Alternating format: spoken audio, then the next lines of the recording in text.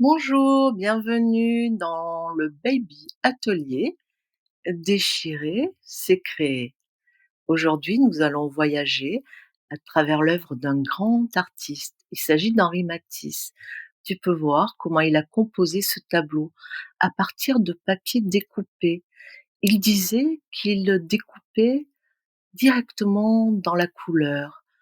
Comme ça, la forme et la couleur étaient unies à tout jamais d'un simple geste, comme s'il dessinait directement dans la couleur.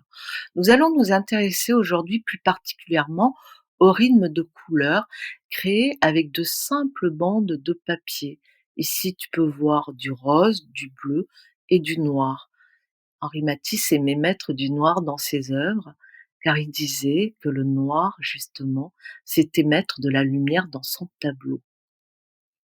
Alors, nous pouvons aussi bien sûr partir dans une œuvre plus figurative, comme ici la maison, le nuage et le soleil. Laissez-vous inspirer, ne vous donnez pas de limites. En fait, il s'agit de déchirer des morceaux de papier puis de les assembler. Ici, l'assemblage donnera lieu à une œuvre figurative. Nous allons nous inspirer du tableau La danse d'Henri Matisse. C'est le premier tableau dans lequel il a utilisé les papiers découpés. Il avait déjà 60 ans.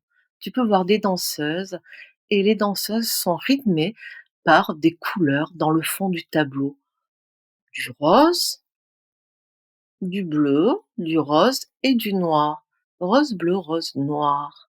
Tu vois, cela va créer comme une musique dans le tableau. C'est simple, non?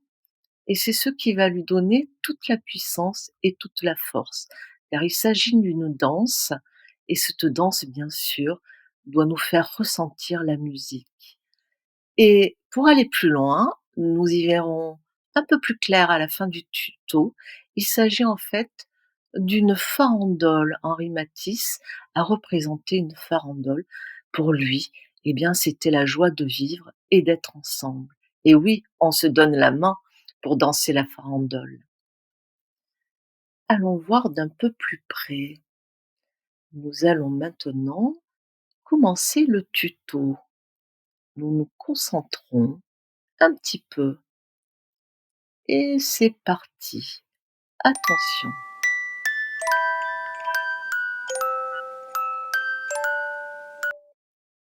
Bon, alors déjà, juste des feuilles de papier, des rouges, des bleus, des jaunes, le plus de couleurs possible. Et laisse ce bébé vraiment saisir la couleur qui l'attire le plus. Tu vois, moi j'ai choisi du rose. J'aime bien le rose. Et puis ça me fait penser à Henri Matisse. Et on commence à déchirer en tournant la main, en déchirant de façon droite ou bien en zigzag, pourquoi pas? Ça pourrait faire comme une vague, comme un océan, juste une feuille bleue et déchirée en vague, cela va déjà créer quelque chose d'illimité comme l'océan dans lequel nos yeux vont aimer se bercer. Alors, tu vois que c'est assez simple. Tous ces morceaux de papier, le plus possible variés, en petit, moyen, grand format, c'est ça qui va créer le rythme sur ton tableau.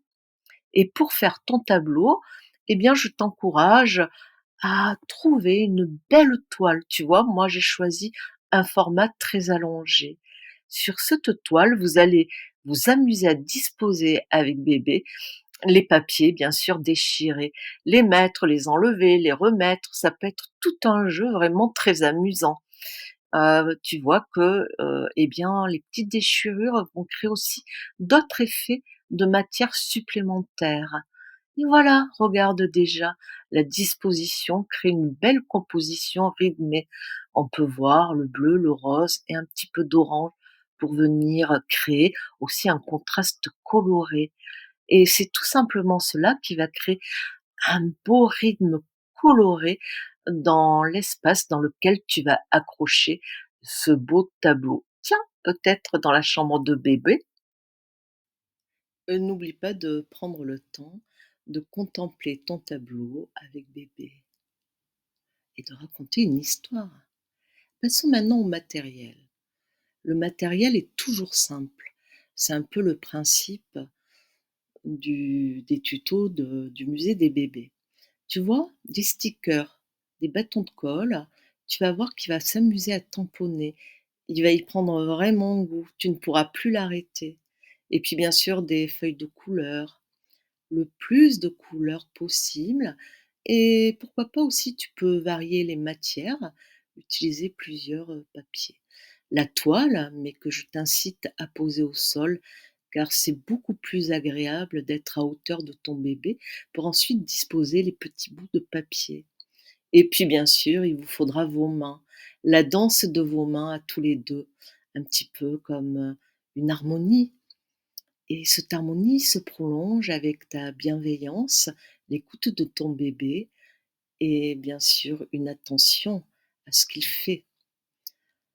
On termine bien sûr par la sécurité, attention au matériel qui soit bien adapté à lui. C'est toi la maître du bord.